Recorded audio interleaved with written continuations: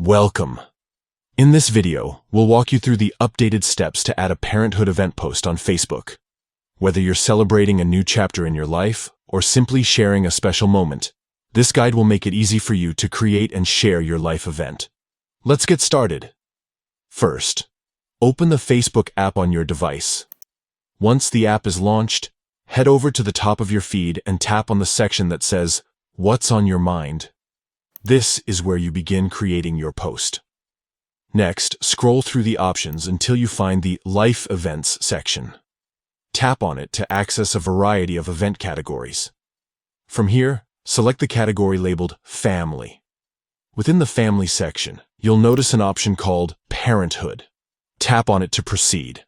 This is where you can personalize your post to reflect this exciting milestone. Now, fill in all the details about your Parenthood event. You can include a title, date, and any additional information that makes this moment unique and memorable. Once you've added all the details, tap Next to move forward. Before finalizing your post, take a moment to review it. You can also use the Audience Selector tool to decide who will see your post, whether it's just close friends or everyone on your timeline. Finally, when everything looks perfect, tap Post.